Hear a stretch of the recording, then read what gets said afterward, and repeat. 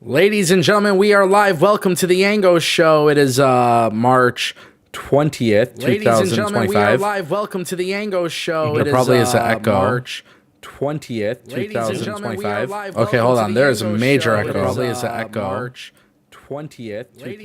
Okay, I fixed the echo. My bad. That was a rookie mistake. Bro, what's going on? That was definitely a rookie mistake. It kind of sounded cool in the headphones, so I'm not going to lie. But yeah, March 20th, 2025. Last night was AEW, and then today it's Thursday, obviously, and last night's Dynamite. I watched it live. I watched Evolve on demand. Obviously, we're going to talk about it a lot. If you guys want to be part of the conversation and drive the conversation forward, of course, we have our Super Chat goal active. We'll throw your chats up on the screen. We'll read them. We'll talk.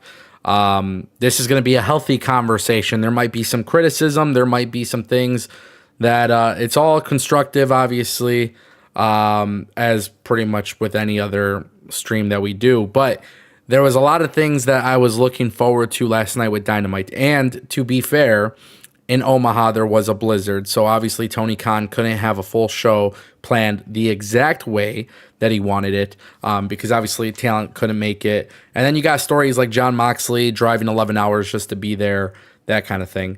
Yep. But I'm joined by Billy TKO, and Billy, obviously we're going to do a deep dive into this, but just like obviously you've been relatively happy with AEW as of late. Watching last night's episode, what was kind of like your reaction while watching it? I talked about it a little bit in my video today, but it just kind of confusing, right? Like, okay, it wasn't that the show was bad, because it wasn't, right? Mm-hmm. Like, there was like a lot of emphasis on the women, which I was a big fan of, but just overall, like, some things just naturally confused me, I think, a little bit more than maybe it should have originally. I don't know, but we'll talk about it. I'll give you guys like my in-depth analysis on why I thought it was confusing. Yeah, so let's just kind of just jump right into it, right? What exactly were you confused about? Okay, so it was kind of weird because AEW has this thing, right, where they do a really good job at like kicking something off. And let's just start off with one of the big talking points, which was FTR. Yeah. Right? And how Dax Harwood walked out on Cope and Cash Wheeler and stuff like that. Like, that in itself looks really good. The problem with it is AEW has this reputation of kind of messing things up along the lines. And that's just the reputation that they built. Yeah. I'm not going to sit here and say for everybody, but for a lot of people, right? So AEW chooses to have Dax Harwood walk out on Cope and Cash Wheeler. What confused me about it is where do you plan on going with this? Because, okay, if you're going to turn them heel, I'm a fan of that. I like that. But if you're going to break up FTR, because you have to understand, I know not everybody is going to think like this, but my brain immediately went to, are they going to break up FTR? Which I don't like, right? My brain moved that way because of the reputation that AEW has built. So therefore, I became confused on exactly what was happening and how soon are we going to get a follow-up? Is it going to be on Collision? Is it going to be on Dynamite? When are they going to do it? How are they going to do it? Because FTR, they've been around on the shows and stuff, but they're not fluently on the shows, if that makes sense. You know, I'm not a watcher of Collision, so you guys could hopefully, let me know in the chat below. But yeah, well, they were off of television for a little bit of time, but okay. The reality is this, man. I don't think FTR breaks up. I mean, I do think they're both going to go heel. And I think really what this is coming down to is you need to move Cope away from the World Championship. So I like the fact that they planted the seed, honestly. You got Dash Wheeler or whatever, like in the ring helping Cope up. But then you have Dax walking away, and that to me is like, okay, well, why did he walk away? Is it because he just came out there, delivered a pile driver, and beat the shit out of everybody to clear the ring, and Cope still couldn't get it done? He gave up, I think that's kind of the reason for why he did it. Personally speaking, I thought it was executed pretty well. The thing is, if you got to move Cope away from the world title, what's the next reasonable move? Well, they did the right thing with the patriarchy showing up. Yes, and if you notice, the patriarchy showed up without Christian. So to me, based on what we saw last week with Nick Wayne and his behavior towards Christian, I think Christian is going to go babyface, actually. So Really? yeah, Okay. I think after last night, I'm under the belief that they're going to set up Edge and Christian tag team run, and FTR being heel. And I think Cope is definitely going to get a championship run as tag team champions. I think long term it just makes more sense for AEW to go that route because of the fact that obviously there's that history and that friendship with So FTR. you wouldn't do the match though between Christian and Edge? No, No, no, really. you could do that for Yeah, I Cope's was about last to say. match. I think you think is his last match. I think the way this is going to go down is pretty easy. Okay, so I think they tease the FTR thing with Dax walking out. I think eventually Dash Wheeler will, he'll kind of. I think Wheeler joins. I think Wheeler. Dax. Yeah, I think Wheeler joins Dax. They cement a heel turn. Obviously, the patriarchy showed up last night without Christian. This is going to lead to Christian breaking away from the patriarchy. As we all saw Nick Wayne's segment from the previous week, I think Adam Copeland and Christian do a tag team run. And then, I think maybe at All In, it would probably make the most sense. They do this thing where you get, Copeland and Christian versus FTR tag team championship match. Yeah. Obviously, this means the belts have to come off the Hurt Syndicate, but that's kind of what I got from Dynamite last night. And then if you want to talk about Cope's final match in AEW, then you do it with Christian. I would much rather see him put over some young and coming, like up and coming star or whatever, but I would be okay with Cope versus Christian final match, retirement, whatever it may be. Yeah, I could see that, and I would actually be a really big fan of that. I don't. So now looking at it from that direction, that angle makes a lot of sense. If you do it that way, if you do FTR versus Christian and Cope, I would actually be a pretty big fan of that. And ultimately, it's just the goal here is to get Cope away from the world title picture. I think that just has to happen now. It has to happen. I mean, at this point, it's become redundant, and Yes. I think AEW knows that. Listen, this was supposed to be the match that happened at Revolution, and for whatever reason, FTR couldn't be there or whatever it was. I don't know, but I said that too. Even with the Death Rider showing up and stuff like that, like this was the match that they were supposed to book at Revolution. I think this was the match they originally wanted to book, and I don't think they were able to, and that's why Tony Khan ran it back because they needed the returns of FTR. So I think FTR prevented that. Which I'm okay with this, honestly. Like, I thought this was like a really solid match too. I think a lot of people are kind of being dickheads on the internet about it because of the spot with spikes. the spikes, yeah. But at the same time too, like John Moxley, bro, and you know this, like I'm not too fond of all the gruesomeness and wrestling. I've gone to GCW shows and seen the death matches and stuff, and it's not in particular for me, right? It's not particularly for me. But what I will say is I'm not going to complain about it because at the end of the day, if you want to talk about an alternative to WWE, that is part of what makes AEW different. Now, it may not be everybody's cup of tea, and I'm not saying it will be everybody's cup of tea. And I'm not, and truth be told, I think really what it comes down to is this. I think AEW, they lean so much being a WWE light type of program. At this point, they got everything that truly made them different from WWE was the records, and those are gone. So this is kind of another version of WWE. So at the very least, you're going to get stuff like this. Is it for me? No, personally, it's not. Even when I was watching Hell in a Cell with Punk and Drew McIntyre, and you see all the blood and shit, I'm not really for that, to be honest. Is it special when it's used sparingly? Of course, because then it sells the feud, and that's why I think WWE does a better job with that. But for AEW, it is a selling point that you are going to see it on TV every week. Sure, it's not going to be as special, but it does become a difference maker between them and the other companies out there. So for me, the way I look at this is the match was fine. I thought the match was great. The FTR thing was great. This doesn't change the fact that it doesn't change the fact that, in my opinion, my humble opinion, honest opinion, is that the Death Riders suck. Oh, goodness gracious. Yes, it's horrible. I think MJF said it. He called him Dictator John. Yeah. That's what it feels like. Yeah. It's like a real statement. And nobody can really, I'm sorry, but nobody could really change my mind. The Death Riders thing is really just not good. Well, I think that the word that you used earlier, redundant, Yeah. just kind of repeating and repeating and repeating. That's what it feels like is happening. Yeah. Well, and here's the thing too, and I'm gonna, I know Pete Rocks has been watching our live streams a lot, so I'm gonna give him a shout out Yeah. and a thank you for watching us, and helping drive the conversation further. But Pete Rock says, what makes AEW different? AEW is a pro wrestling company, and WWE tells everyone they are storytelling first. Well, the thing is, AEW's best content on their TV, by the way. Just saying this, like this is the truth. If you look at Dynamite last night, and I know Pete said this in the chat, and sometimes I don't know if Pete is a troll or not, because honestly, like It does help drive the conversation. he does, yeah. But what I will say is like the best stuff on AEW is the character driven and the storytelling driven content. Nobody cares about fucking watching Will Ospreay and AR Fox. And it was a good match, but nobody's talking about it. But you know what they're talking about? They're talking about Tony Storm and Megan Bayne. They're talking about Cope and FTR. Like there's things that are being talked about on this program, and it has zero to do with the wrestling. So the thing is, I feel like a lot of conversations are disingenuous, especially after watching Dynamite so much for the last 5 years. I think people who genuinely talk shit about AEW don't know what they're talking shit about.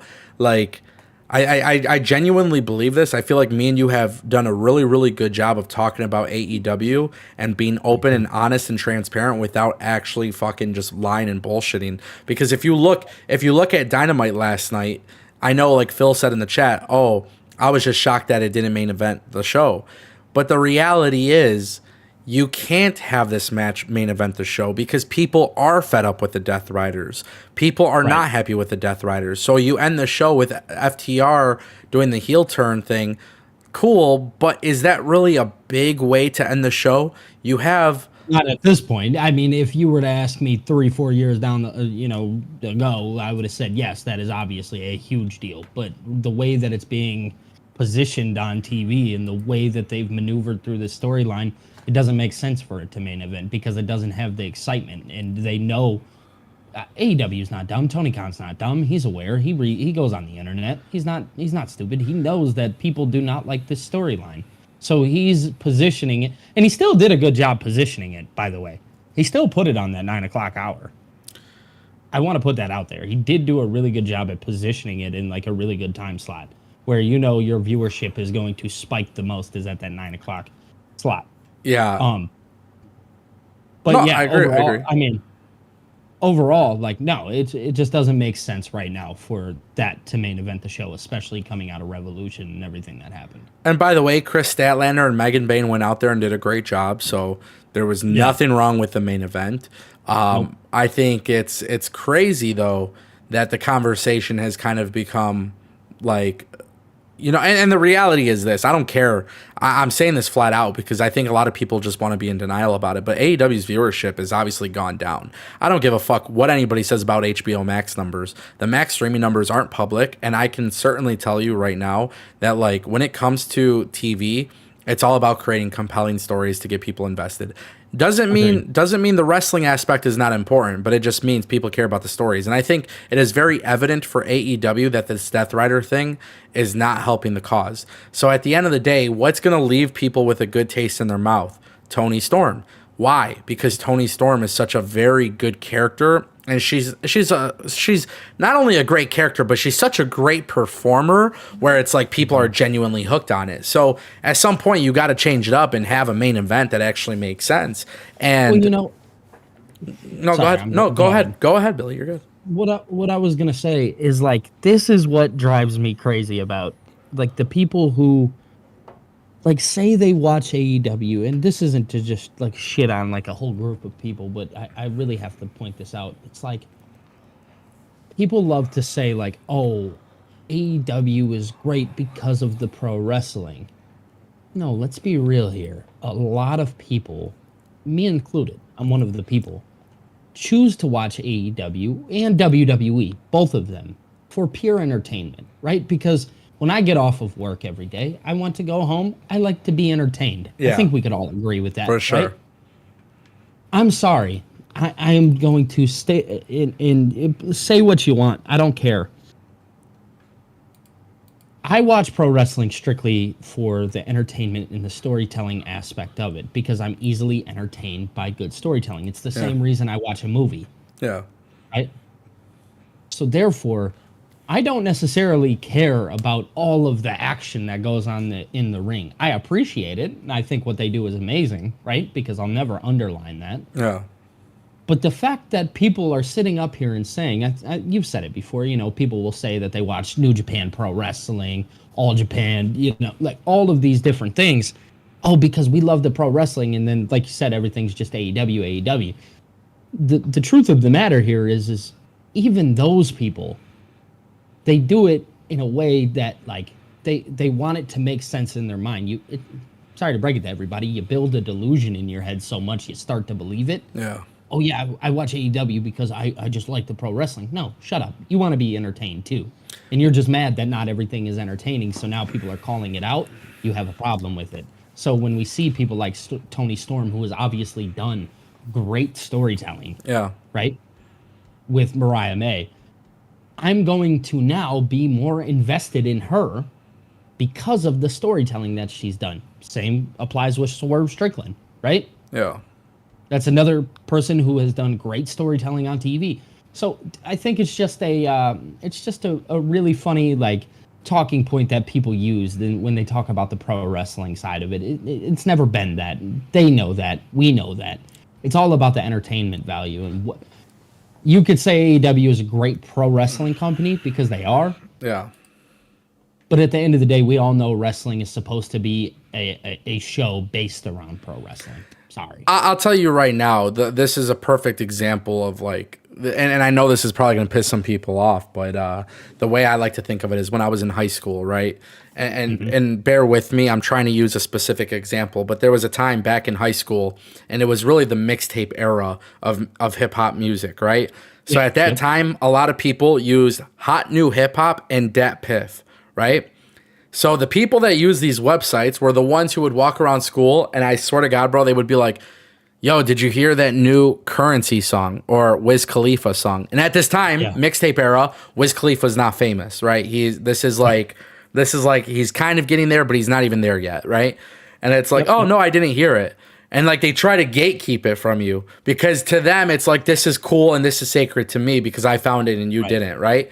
And the thing is, I feel like wrestling fans have kind of been like that with AEW, where it's like, this is special to me and you don't like it, so fuck you. You're not going to have access to the things I like. Yes. And the reality is, like, that's fine. There's no growth coming from that. Exactly. Right? And you should want growth to come from it. So, like, a lot of times people, and it's funny because I'll see it in the chat, I'll see it on Twitter. Oh, don't watch it. Don't watch it then if you didn't like it. You criticize one thing, it's like, hey, Ango, don't watch it. Well, if I don't watch it, that's one less viewer that AEW gets. Then your baby's going away. This thing that you're trying to gatekeep is going to go away because guess what? You say that to me, now go say it to a million other people, which, by the way, they used to have over 1 million viewers. They don't have 1 million viewers anymore. They are consistently losing to NXT. And then you got reporters coming out, more specifically Dave Meltzer. We'll use his name. I'm not going to shy away from it. But NXT numbers get reported, and it's lowest numbers of the year. Their lowest numbers of the year are still better than AEW's. But when he reports AEW's, it's, well, AEW was competing with this, this, and this. Still number one on cable. By the way, this doesn't include HBO Max numbers. Come on, bro. Come on. Yep. This is why the ratings discourse is so fucking stupid. Because at the end of the day, as I've said a million times on this channel, it's not about the specific number, but it's a trend. You can tell if it's going up, obviously there's more and more viewers. If it's going down, it's obviously not captivating enough to capture viewers. So the thing is with AEW, the real conversation point really comes down to is, are you creating compelling characters or stories for people to be invested in? And the IWC will sit here and trash Jey Uso. They will trash Cody Rhodes. They will trash Sami Zayn. They'll trash Drew McIntyre. They'll trash CM Punk. They'll trash Kevin Owens. But if you look at WWE's programming and you see that they are selling 13, 15, 16,000 seats for a TV show and they're doing great viewership, at the end of the day, how can you sit here and say that they're fucking bad? Subjectively, you could sit here and say, I don't like pickles on my pizza. That's fine. You could sit there and say, I don't like this storyline. That's apples to apples. But to sit here and say something sucks and it's not working and it's a failure and Triple H sucks at booking, clearly that's not true because the numbers and the attendance and the merch sales and the momentum that they have is completely different from AEW. So I think when I was watching AEW last night, and you kind of mentioned the confusion thing, it was a good episode for me, but I feel like Tony Khan planted a seed for something potentially big with FTR, which I feel like FTR for a long time in AEW has kind of been relatively boring. Also, tag team division has been relatively boring. So that's 2 fixes right there if they go the route that I'm thinking. And then on top of that, I needed Cope to get away from the World Championship because I didn't want Cope to win the World Championship. I don't like the Death Rider storyline, but I don't want Cope to win it. That doesn't make me excited. They're essentially killing 3 birds with 1 stone. Of course. And so the thing is, like, there was some improvement last night.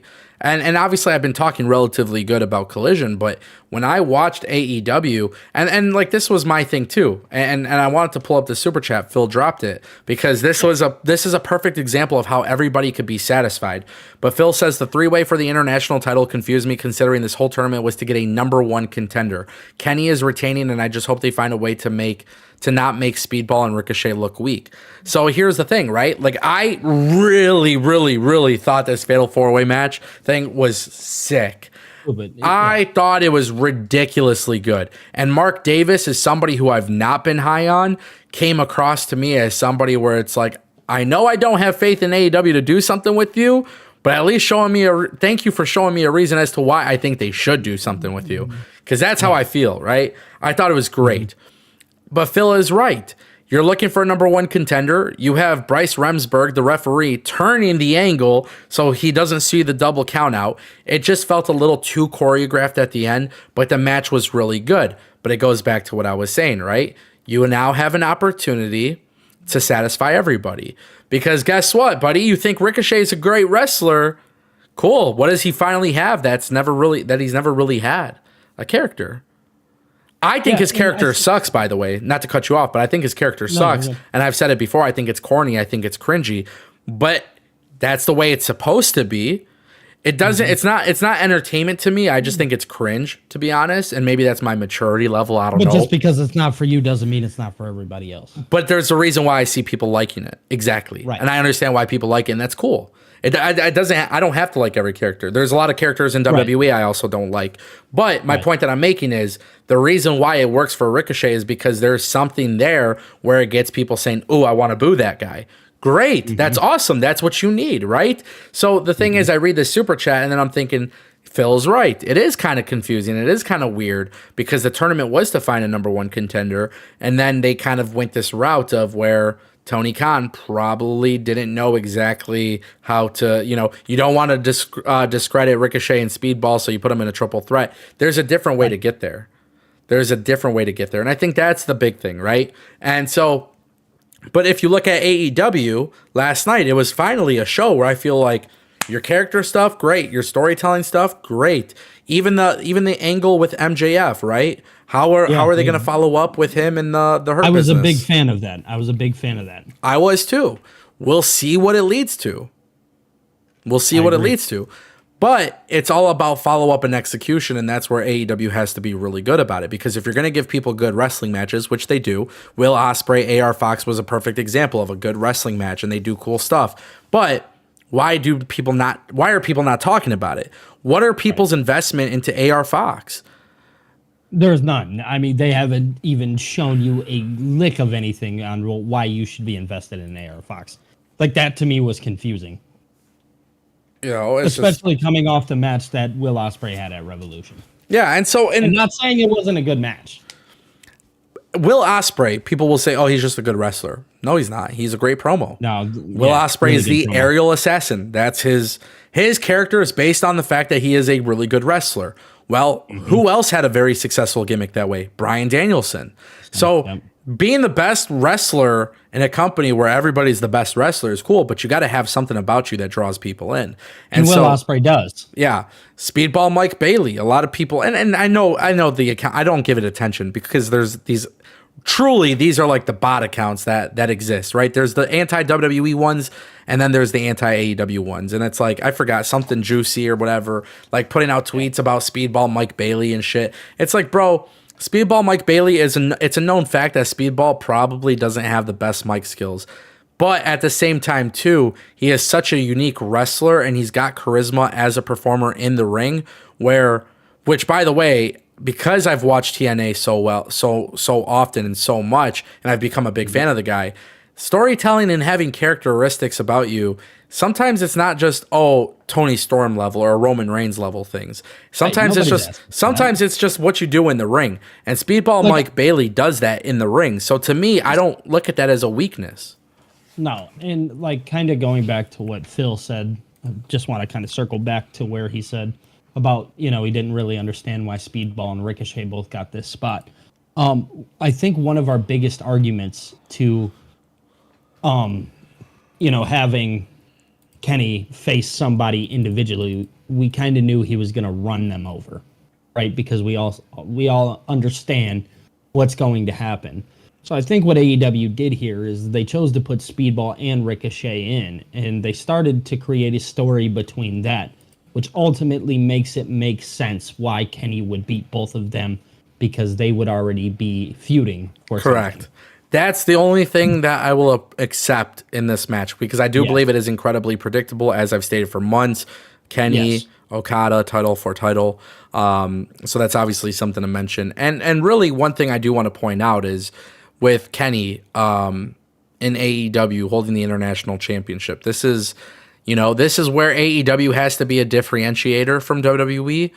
Kenny is a phenomenal pro wrestler. You let him mix it up with Speedball and Ricochet, you are going to get magic. It will be a fantastic match. There's no doubt about that. There's not a glimpse of a possible thought in my head where I sit here and think it's not going to be good, because that's just not how I feel about it. Genuinely, I feel like it's going to be a fantastic match. However, now the booking is, how do you make Speedball and Ricochet not look weak? Well, if they're going to feud with each other afterwards, it's really important that they don't look weak. So, and by the way, that's a feud that's really tough, because can both guys really afford the loss? No, I don't think so. And that's always been my gripe about AEW. For the sake of getting a better match, sometimes you put people who can't really afford to lose matches, and that's what happens. And that's why there's always going to be this issue with AEW where people never, it's very rare somebody truly hits their ceiling like they should. And by the way, there are examples of people who have, right? Tony Storm and Swerve Strickland are two phenomenal examples.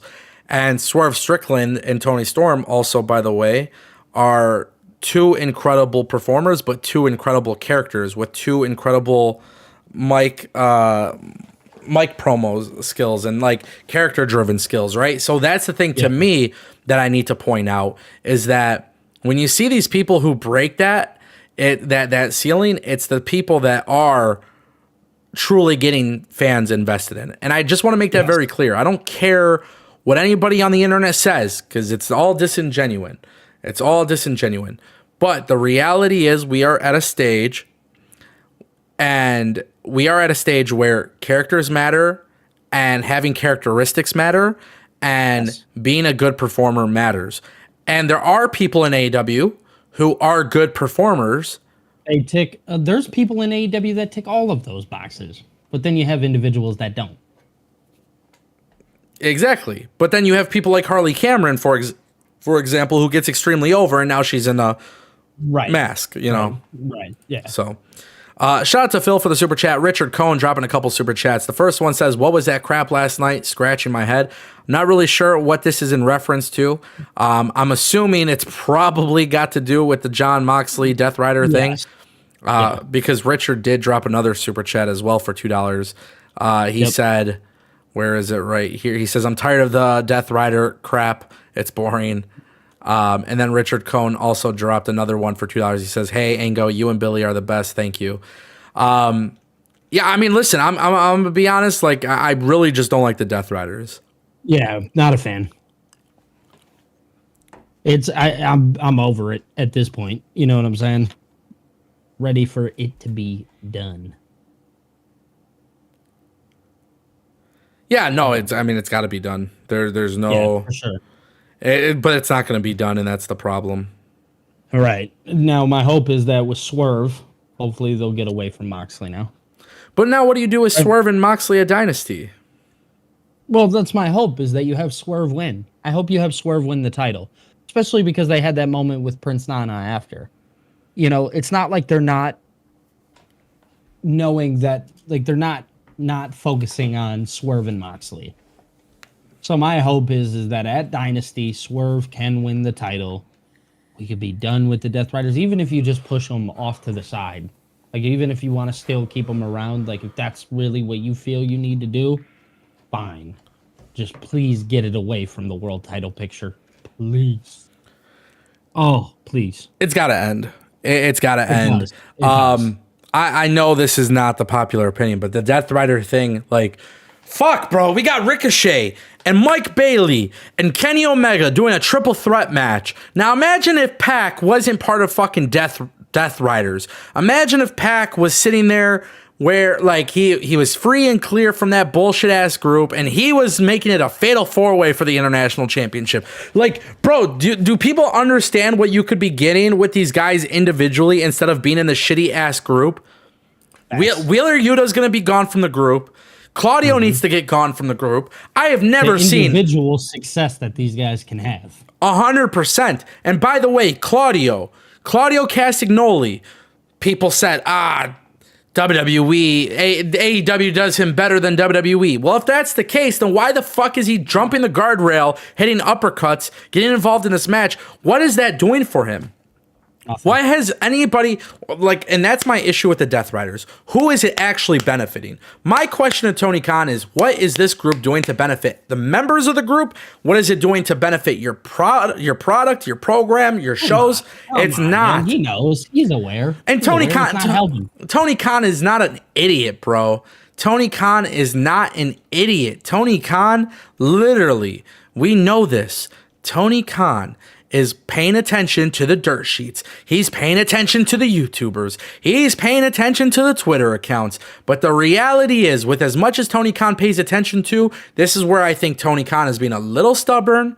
I think Tony Khan is being a little bit he has his own plan, whether it's Darby, whatever it may be. But the reality is, at some point, you got to take a look and realize we don't like this.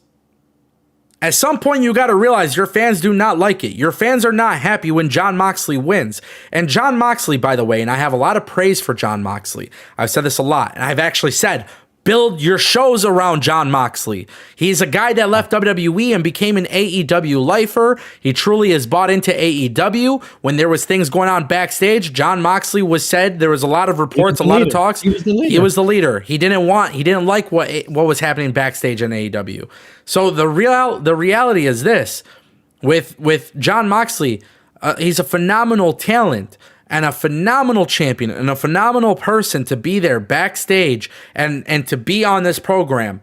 But this group is not benefiting anybody. And we could sit here and debate this all day for anybody who wants to debate me on this. And I know people don't like to do the whole bullshit where it's WWE and AEW comparisons, but we are going to do that.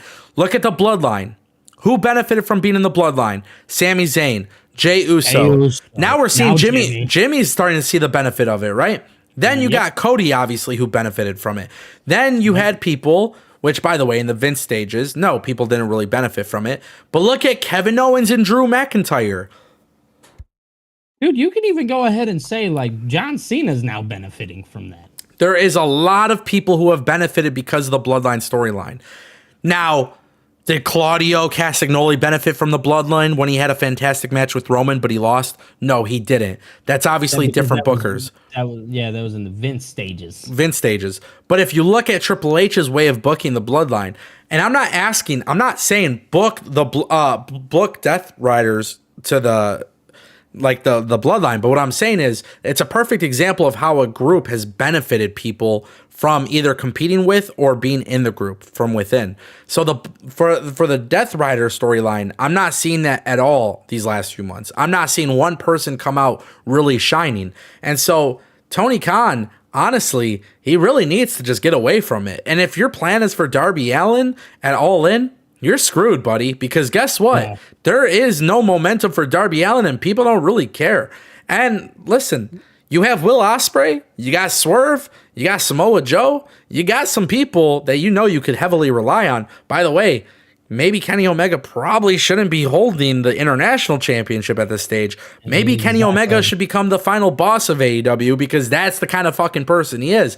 But what do I know? I don't write a wrestling TV show. I don't work for AEW. But my point that I'm making is any suggestion I have truly is better than the Death Rider stuff, because I know Tony Khan could sit here and be like, oh, I thought we had a great show. Hey, our ratings are good and our TV partners are happy. Good for you, bro. But guess what? It doesn't change the fact that your fucking numbers went down and you got to do music halls instead of actual arenas. So the reality is, this is your star storyline. This is your main storyline across your show. And you have plenty of other people who could be in that position and get the things back on track. And it makes me a little bit more optimistic for AEW when we do get episodes like we have been getting, where because they are good shows. There's more good than bad, for sure. Right. More good than bad. So I do get optimistic, but until that changes, it makes me question Tony Khan's ability to actually run the show. And if that's controversial or if that makes me a hater, then I'm okay with that. Honestly, I'm straight up okay with that. And here's my thing. If you don't think the Death Rider storyline angle, after everything Ango just delivered to you guys, if you don't think that storyline needs to come to an end, then you live in a delusion and a false reality, and I'm sorry, and I wish you the best. But the thing is, I get it, it's subjective, right? Storytelling is subjective. But at some point, you do got to look like, and again, I hate to do the comparison to WWE, but this is how you have an intelligent conversation about things. We could sit here and all day talk about Jey Uso being a great wrestler or a bad wrestler, but it's just about people also succeeding from that group, other people. But it's not just that. But like, look at Jey Uso on TV. You got the whole crowd going crazy. I don't see the crowd being excited to see the Death Riders. I don't even see the crowd. Yes, the crowd gets excited when. Of course, the crowd gets excited when Copeland's music hits, but people aren't watching this match being like phenomenal, like super invested and loving it, and And the thing is, it's a utilization problem, right? So the thing is, when you're watching this show and you're seeing what's unfolding, at some point you do have to take notes from what's working for other companies. For TNA, it's Joe Hendry, right? The System is a great faction. But the System also kind of suffers the same issue as the Death Riders in a certain way. What they just did with Nick Nemeth and Ryan Nemeth is really good. Yeah, so there's ways to get things on track and to get things going, but you have to look at it from a perspective of like, listen, man, you have a lot of good stuff happening on your show, but this is the thing that's leading your show. So ultimately, right, when you watch WWE SmackDown, and we've talked about this, SmackDown sometimes could be too long with 3 hours. And some of the stuff is okay, and like the mid-card stuff is getting a little bit better, and the tag team division is heating up. Okay, that's cool. Tiffany Stratton and Charlotte's okay. It's not bad. It has its good moments, but it's not like amazing. Yeah, but it's decent. Now, combine all of that with a shitty storyline for Cody Rhodes. Then it would be a much worse situation. But the fact that their main story is good, it's great. It keeps people from saying, oh, it's not a bad episode. It was a good episode, right? So the thing is, with AEW, they have to change the narrative by looking at their world title picture and realizing that right now it's not good. Sweet, we're going to get Swerve and Jon Moxley. But if you guys screw Swerve, people are not going to be happy about that. No, I even think the people that are supporting AEW right now to the fullest extent wouldn't be happy.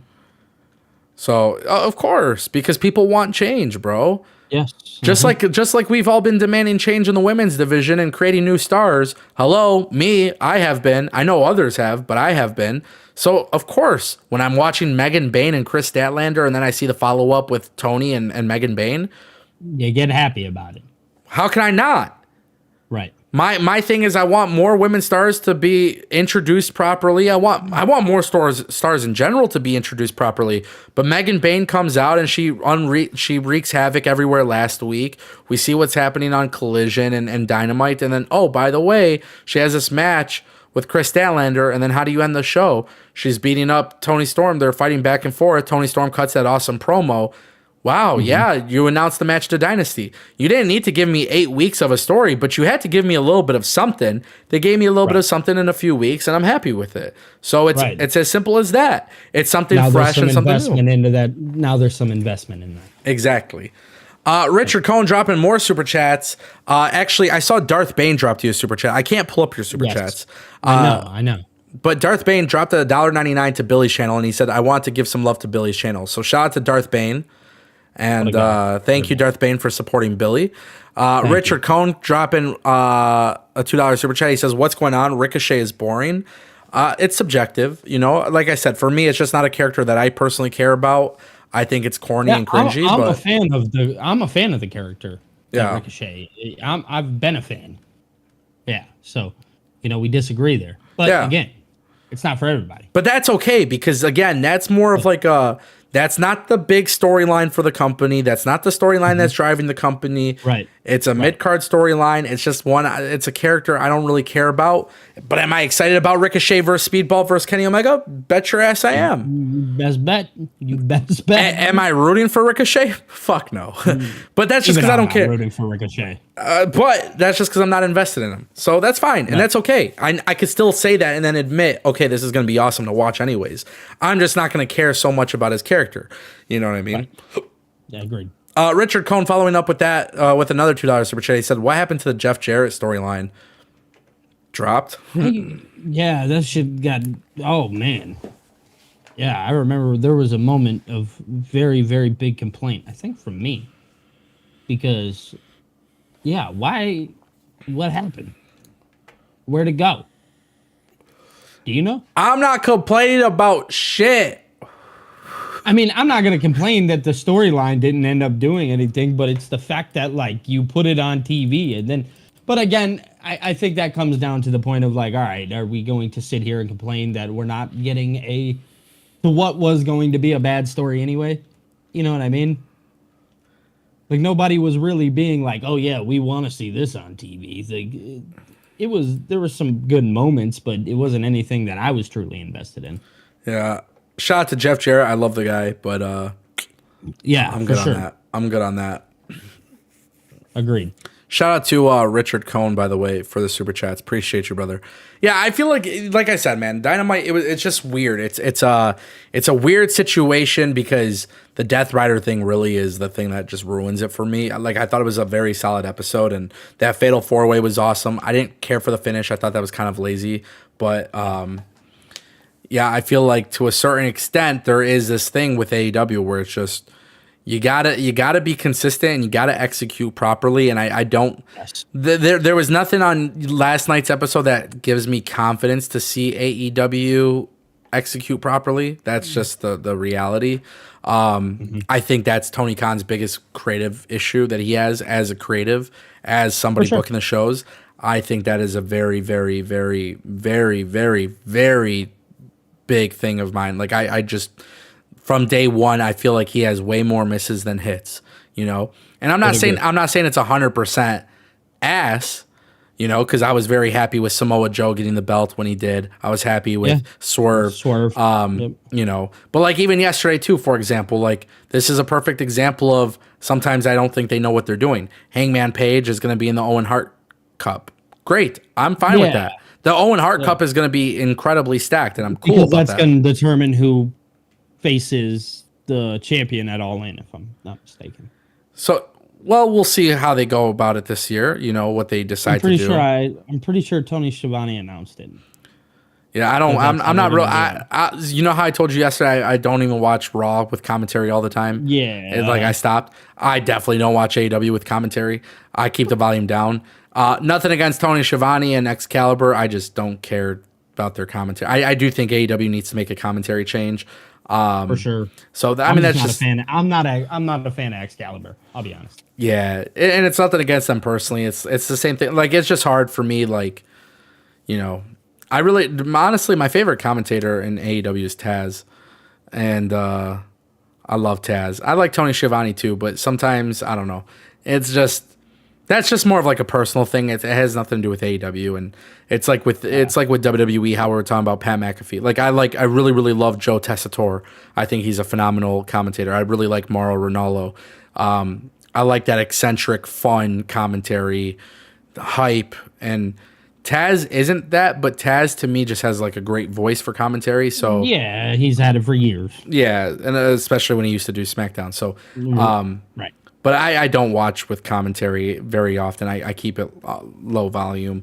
But then this is the perfect example though of AEW. It was just like there's things about the company that I care about, and there's things I don't care about the company. But Tony Khan has shown us a lot of times that he doesn't know how to execute often or consistently. So when I see Hangman Page is going to be in the Owen Hart Cup, I'm cool with it. Like, I'm happy about it. If they're going to do it for the, winner is going to go get a title match, that's cool. But at the same time, too, this is where I have a problem with too many tournaments. It's a criticism that I've been having about WWE as of late and with AEW. It's like, we just had a tournament for the International Championship. Now we're going to have the Owen Hart Cup. So, like, that draws some concerns because then it becomes repetitive. And what I would rather see is this character development for certain guys lead to opportunities. Right. And I think Hangman, honestly, this character's fine. Hangman's character is great, but I'm sitting here thinking, like, man, why isn't he the big baby face that they need to save the company? Like, the guy, all elite wrestling, Hangman Page, like, he's an OG. A phenomenal baby face. Why are we doing this whole thing where he's like not the big baby face? Right. So it's funky. It's funky. And that's just like a personal preference thing. But I think really what it comes down to is sometimes I just don't think Tony Khan truly knows the direction of where he wants to take everybody. Again, we've talked about it numerous times. It's an identity struggle. When you lose and you struggle in your identity, you're always going to run yourself in circles. And that's what Tony Khan has done. He's ran himself in numerous amounts of circles to the point to where it's hard to keep up now. Therefore, he's lost track. He's lost track of his identity. He's lost track of the things that are going on the show.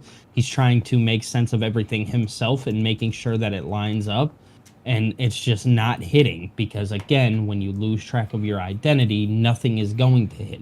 Because if I run a burger joint and I'm trying to promote my burger joint and I promote it to a way where I know that I'm doing it wrong and I'm trying to promote it to you guys, well, if I'm not doing it right, then how am I supposed to expect you guys to think that this is a good burger joint that you should probably come eat out at?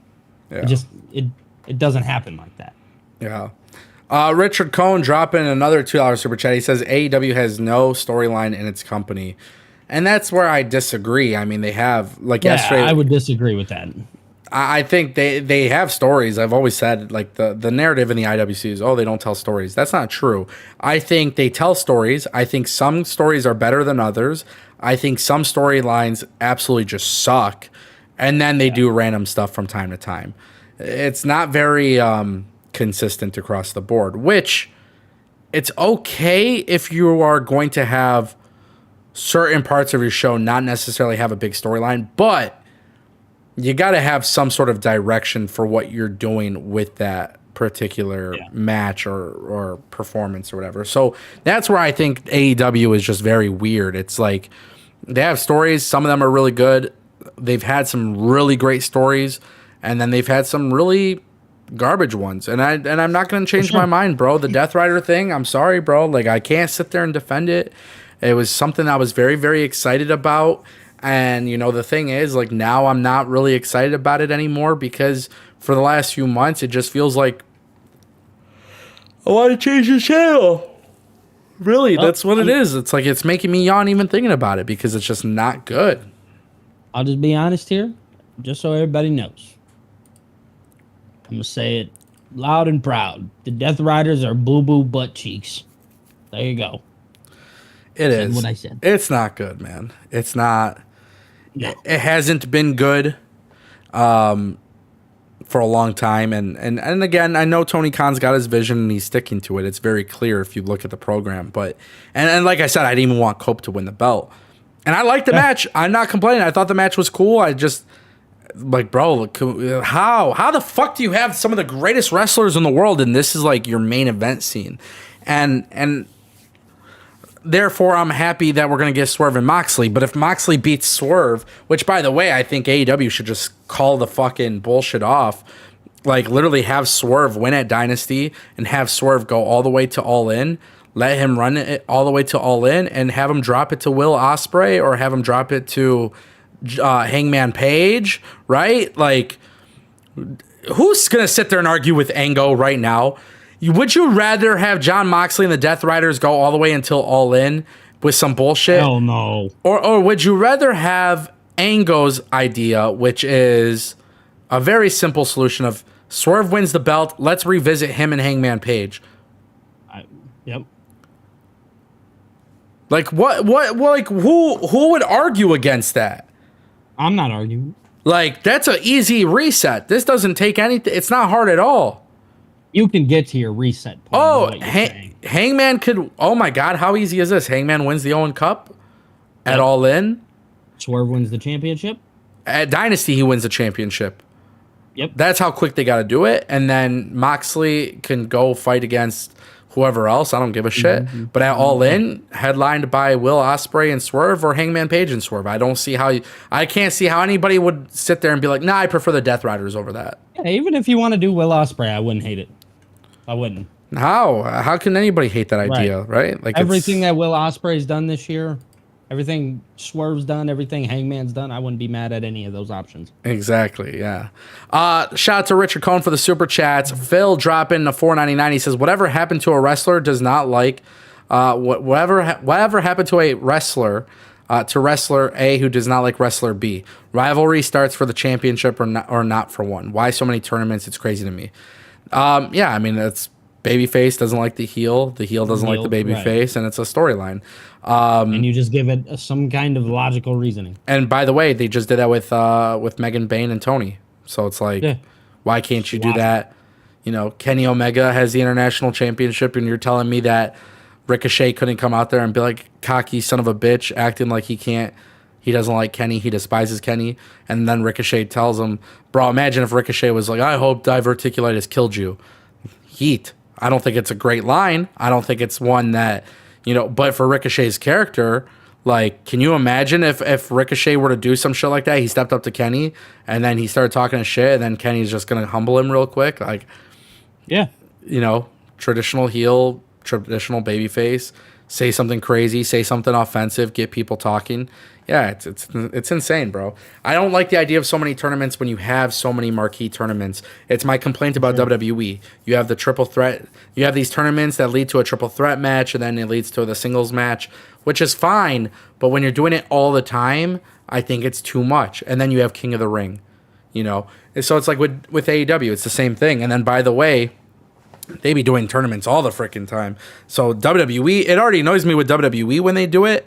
It annoys me more with AEW because AEW does it even more. It just, sometimes it's okay to have a wrestler come out, Kenny Omega coming out, cutting a promo, lights go out, he gets attacked. And then the following week, the person just explains why they attacked him. Like, there's nothing wrong with that, bro. No, I would agree. Crazy to think about, honestly. Sure. Honestly, crazy to think about. Shout out to Phil for the super chat. Glow J dropping a super chat for $2. Glow J, I don't know. Is this your first super chat on the channel? I'm not sure. But it's always nice seeing new faces. And always. Glow J says, whatever happened to Killswitch, I knew he was sick. Yeah, so Luchasaurus, aka Killswitch, he's been, I don't know if it was pneumonia. I don't want to spread false information on somebody's health. I want to say it was a situation with pneumonia, and then it led to him not being cleared, and then it was really bad. He just hasn't been cleared yet, to my knowledge. I feel like if he's been cleared, he would have showed up again with the patriarchy. I still think my idea of Christian and Cope tag teaming, and Christian goes babyface, and we'll see how they reunite. That'll be interesting. But when Killswitch is back, you could keep him with Kip Sabian and Nick Wayne. Trios. For sure. Let them be a trio and let him be the heavy hitter. Yeah, why not? Or you can, bring back Jungle Boy. Where the fuck is Jack Perry? Don't ask me stupid questions. I don't know. I just want to know where he's at. Wasn't he the TBS champion? Buddy. Yeah, because Daniel Garcia won it from him. Yeah, Daniel Garcia's champ. I know Daniel Garcia is a champ, but he won it from Jack Perry. And then after that, he just disappeared. Yeah, I don't know. I think the answer. The Young Bucks are gone too, so maybe it has something to do with that because maybe they didn't have anything for him on TV because the Young Bucks are gone. But Because the Death Riders are there. Yeah, but Okada's not even doing this shit with the Elite anymore. Like, I don't know. It's all got dropped, bro. Crazy. I hate when shit gets dropped and there's no explanation. Well, it kind of goes back to the Jeff Jarrett thing earlier. The Jeff Jarrett thing got dropped too. Like, what happened to that? They never got a follow up. Yeah, he cut like a crazy promo on MJF, and then nothing. Insane. Yeah. I don't know, make that shit make sense, dude. All right. Glow J follows up with a couple more super chats. Ango, you and Billy should write for AEW. Wow, I appreciate that. It's very nice when people say this, to be honest. Very kind. Tony, the word on the street is Tony Khan don't really rock with Ango, but that's okay. That's okay. You know, I gave you positivity with constructive criticism for the first 3 years of your television show. And after the first 3 years, the holes really start to get bigger and wider. And that's the truth. But I'm always going to be constructive criticism. And that's just how it's going to be. And I don't know if I would really want to write for AEW or WWE. I mean, listen, I'm going to be honest. I know it gets brought up in the chat. And I would love to be a writer for professional wrestling. I do feel like I would be an extraordinary writer. I feel like the reason why I would be an extraordinary writer is because there are some things historically that have appeared on television that I have contributed to that a lot of people are not aware of. And those things were met with some really great feedback. So positive feedback, baby. So what I will say is this. I think for me to be a full-time writer for a wrestling show, I will have everything mapped out long-term, especially with alternative plans just in case of injuries or blizzards get in the way. Because I think that's how good of a writer you have to be. Because you don't know. I mean, to be fair, AEW pulled off a great episode last night. I won't say great. Yeah, it was. It was a nice episode last night. Yes. And they pulled it off despite the fact that people had travel issues and stuff like that. So, which is good, right? Yeah. But I would be very mindful of that. And also, I think for me personally, I'm a collaborator, right? I like to collab with people, and I would like to share ideas with others and help each other build ideas. And I don't think AEW is a place where that is what they need right now. I think what AEW needs is one person. Submitting ideas to Tony Khan's one thing, but Tony Khan being one to take everybody's ideas just to make everybody happy, I don't think that's a solution. You know, no, it's not. It never was, and it never was. And I think that's hard. And I think too for Tony Khan, this is his baby, obviously. So I think there is that aspect to Tony Khan where, despite the criticism and despite the shit that other people will tell him, he's gonna keep going. He's gonna do what the fuck he wants to do because it's his money at the end of the day. Right. Glow J follows up with that with a $5 super chat. I didn't like those nails in Moxley's back. That was disturbing. How can him and his wife like that? Money can't be that important to get messed up. I understand this. I see everybody saying stuff like this, and I get it 100%. But one thing that does need to get brought up, honestly, John Moxley has been a crazy fucking guy his entire career, bro. Crazy guy. Yeah, I mean, that's shit he's always done. Go back and watch the Nick Gage shit. I don't think, me personally, it's not for me. As I've said that earlier in the stream, it's definitely not for me. But I understand why people like it, and I understand why they do it. Again, just because it's not for you doesn't mean that it's not for somebody else. Yeah. Personally speaking, John Moxley is just crazy. Yeah, you talk about a guy who's just like, I mean, here's the thing. You can't take away what John Moxley has like done for AEW. You can't. You could say this sucks because it does, but like, put some respect on John Moxley's name. Like, he's going out there on a random Wednesday in Idaho or wherever they were. Omaha. Yeah, thank you. In Omaha and jumping on spikes for your entertainment. I mean, you can't hate the guy. You can't. And you can't say he's not dedicated. But you can say the storyline sucks because, yes, it does. But you can't hate him. This is what I'll say. Yeah. And this is the truth, Billy. Yeah. If AEW didn't have Jon Moxley or Chris Jericho, the company would not exist. Yeah. Yeah, I would agree. I think they were very, very instrumental to being on this TV deal initially and building that relationship with Warner. I think the Elite had a strong presence before, but I think adding Chris Jericho and Jon Moxley did a lot to help AEW, especially when it came to Warner Bros. Discovery. Now that it's been several years, I think they got to find something new for Moxley. And, it's so weird because I really, really, really love the BCC. Like the Blackpool Combat Club. Combat Club, yeah. Yeah. And you remember the Inner Circle? The Inner Circle was great. I love the Inner Circle. Me too. I loved the name, but I loved it. I actually didn't even hate the name, but yeah, just really crazy. Yeah, just I get it though. Glow J, I understand. Yeah. Shout out to you for those super chats. Thank you so much. Thank you. Richard Cohn coming through with a $5 super chat. Tell Tony Khan to stop writing for his show. He sucks at it. Buddy, I'm not telling Tony Khan anything though. You could. I don't really. Right. Mm-hmm. I'm not reaching out to Tony. Yeah, I'm not worried about that. I think as far as Tony goes, I think he right now, like yesterday's episode was good. He had some good stuff in the past. I feel like he's had a lot of great stories in the past. I think there's it's consistency and execution and understanding that sometimes you have to pivot by listening to the crowd. So like with Harley Cameron, perfect example. You have her lose to Mercedes, that's fine. Okay, that's cool. But are you really going to throw her in a Harley Graham mask, and call her Harley Graham and do all that shit? Like, nah, man, you don't. That's terrible. That's terrible follow-up. That's terrible follow-up. Horrible. Yeah. Shout out to Richard Cohn for the super chats. Thank you. I'm going to throw up this chat by Pete Rocks because, again, like I said, I think Pete is a little bit of a troll, but who knows? All of you guys who hated the nails in the back of Mox would have hated the Attitude Era and ECW. Well, if it makes you feel better, Pete, I thought the Attitude Era fucking sucked. Me too. Wait till you find out. This shit was garbage. I've been saying, I feel like, go back and watch the Attitude Era, bro. Go back and watch the Attitude. I was watching some of the shit last night. I had it on my TV before I went to bed. I was like, bro, this is horrible. Vince was trying so hard to get people to buy pay-per-views that almost every match had interferences or DQs. Yes, bro. Oh, my God.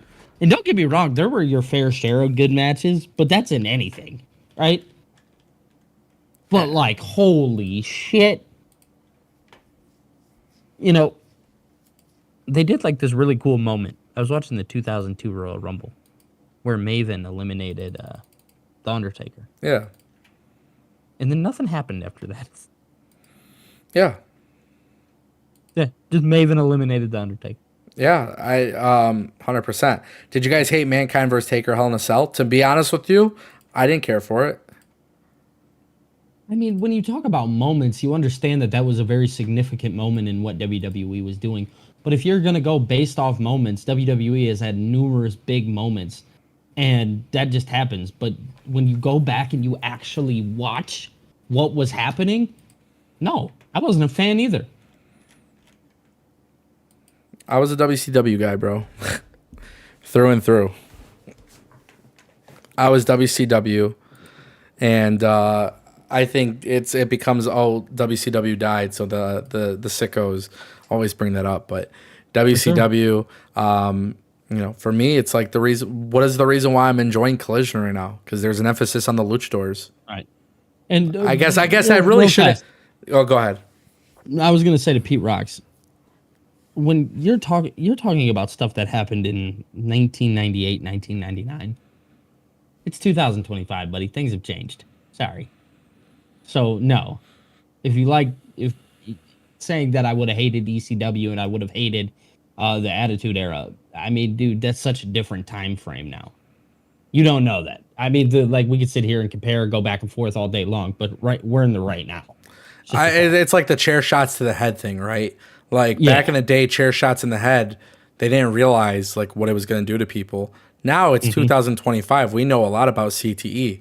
So should people really be hitting each other headshots with the chair? No, I really don't think so. I don't think it's really worth it. I don't think it does. I don't think it adds anything to a match, right? But if you want to talk about extreme matches and stuff, fuck talking about the Attitude Era and talking about ECW. Talk about CZW. Talk about some of these deathmatch companies. Talk about some of the stuff that we see in GCW. There is a lot of crazy shit that you can see in pro wrestling that's far more extreme. Some people like it. That's cool. I'm personally one of those guys, and I've said this before. This is just a me thing. I understand why people like it. I understand why AEW does it. I'm not even mad at AEW for doing it because, again, as I said earlier in the stream, it does make them different from WWE. But that's fine. I don't think there's really a market for that level of viewership, in my opinion. I don't think there's a lot of people who genuinely care about it. I think the sample size is very small. I don't hate it. I don't love it. I'm just kind of indifferent about it. But at the same time, too, what I will say is this. If you are going to do stuff like that, if you are going to do these kinds of things with the barbed wire and the death matches and the freaking baseball bats with this and that and blah blah, and you look at what happened with the spikes yesterday, like you see these kind of things happen, I think it is very easy to realize that, like, okay, cool, it got a little bit of shock factor and some people on social media liked it and that's fine. But is it really helping your company? No. So we could talk about things we like, dislike. We could talk about Jey Uso being a good wrestler, bad wrestler. We could talk about so-and-so being good. Is it doing anything for you as a company? Yeah, like the company that you're watching, that you're a fan of, is it doing anything to really help them?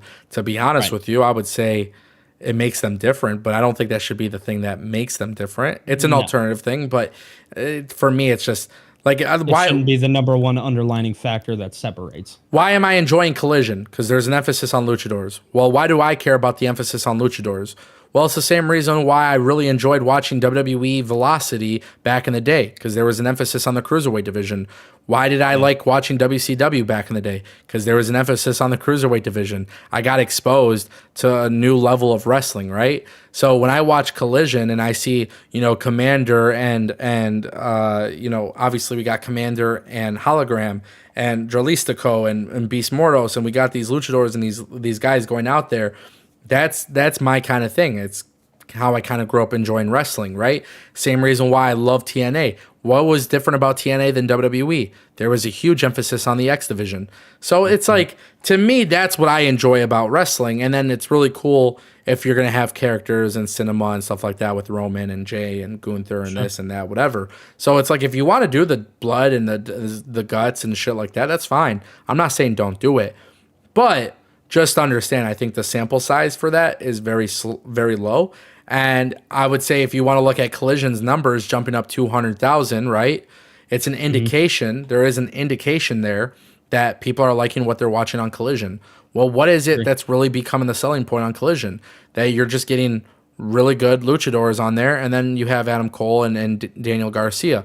So there is an increased interest on Collision. But why? For sure. You're not doing death matches right now. There's not a lot of blood and stuff. So maybe take a look at what's indicating the numbers going up and saying, okay, let's replicate this for Dynamite. And at the end of the day, Dynamite used to have over 1 million viewers. Dynamite used to be 900,000 viewers. To constantly lose to NXT, and people are mad about NXT, because Jada Parker didn't watch wrestling before she became a wrestler. She doesn't love it. Okay, go bitch and cry about something else, because guess what? Jada Parker is on a show where her character is really good. She's improving as a wrestler, but guess what? She's part of a show that's beating where the best wrestle. So it's very clear that, like, people don't genuinely give a shit. Nope. Never have, never will. It's crazy. It's crazy, crazy, crazy.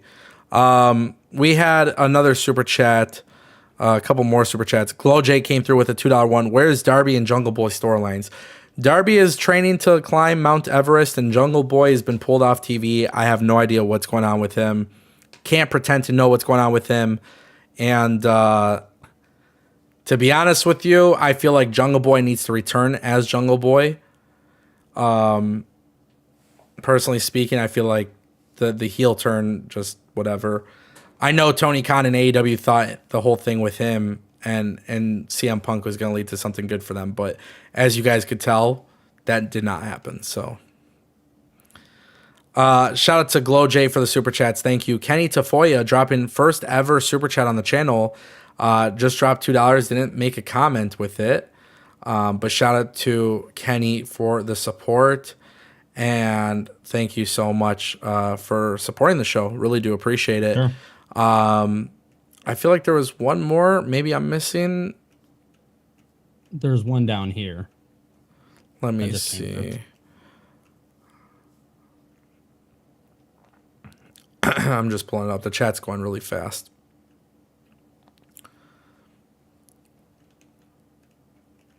Okay, I think. Let me see. Glow J says, love you guys. Shout out to Glow J. We love you too. Thank you. Love you very much. Appreciate you. Okay, no, I just thought maybe I missed one more, but apparently that was it. No, we're caught up. Yeah, Richard Cohen dropped another one. Wait, tell Tony. Nope. Yeah, I thought we already read that. We already addressed that, right? Yeah. Yeah. Oh, or no, we read that one. We read that one. That's what I thought, right? We did? Or did I miss it? Yeah. No, we're good. Okay. Sorry, guys. Sometimes that just happens where... Did we read off the Where is Darby and Jungle Boy storylines? Yeah, I just did that. Yeah, that's what they... Okay. I don't know. You guys are on fire in the chat. The chat rate is incredibly high right now.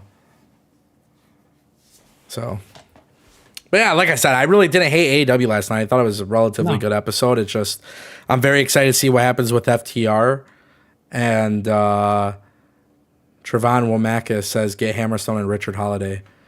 Yeah, I would. I would have MJF bring in Richard Holiday and Hammerstone. Bring back the Dynasty, bro. And do it at Dynasty. And let them go after the Hurt Business. That'd be fire. I'd be down for it. Yeah. Fun stuff, dude. Fun stuff. Honestly, man, I think that's it. We're over an hour and a half. Not an hour and a half, but hour and 15 minutes, roughly. And Can I just shout some people? I need to shout out David Decker, Nathaniel Crenshaw, and Darth Bane for hanging out in my chat over on my channel. I appreciate you guys. Yeah, shout out to everybody, man. I appreciate everybody here. Shout out to all of you guys. Seriously, the watch times on these streams are incredibly awesome, and they're fun to do, man. I really enjoy doing these live streams, and I'm super excited. I'm super excited. We're going into WrestleMania weekend, and we got AEW Dynasty, and there's just so much stuff popping off, and a lot of good things coming the way of professional wrestling. So obviously, we stay excited talking about it, and we will talk about it. Shout out to David. Shout out to Chester. Shout out to Trey. Shout out to Sharon. Shout out to Kenny. Shout out to everybody. Brian McCaddy's in the chat. He says, has anyone seen the Facebook shit with the Moxley spot last night? It's comical at best. Want to go on Facebook? I don't use Facebook like that, man. I don't use Facebook at all sometimes. I honestly just for like local updates. Yeah, that's what all mine is I'll go on there for local stuff. Other than that, I don't go on there. Yeah, shout out to Phil as well. Phil, we'll have you back next week. Obviously, this week was I wasn't live, but and we gotta play some. Be back. We gotta play some WWE 2K25. So maybe we'll launch a 2K25 stream today. We'll see. A lot of stuff to get through. Obviously, it's a big weekend ahead, and we will be back live tomorrow, guys. Yep. So we'll be back live tomorrow at 12 p.m. Shout out to everybody who stopped by. Shout out to everybody supporting. Shout out to everybody for the super chats. Shout out to Mike holding it down as a mod. And yeah, man, we'll be back tomorrow. Billy, let them know where they can follow you. Go ahead and follow me everywhere. It's Billy TKO. Just go subscribe to my YouTube, and on Twitter, it's Billy D TKO. There's a D in there. Other than that, that's all it is. Nice. Sweet, man. Well, make sure you guys go hit up Billy's channel, watch his content and all that good stuff, and we'll be back tomorrow. Yep. And don't forget, join us on Discord too, man. You know? Oh, look at that. With that being said, ladies and gentlemen, we'll see you guys tomorrow. Peace.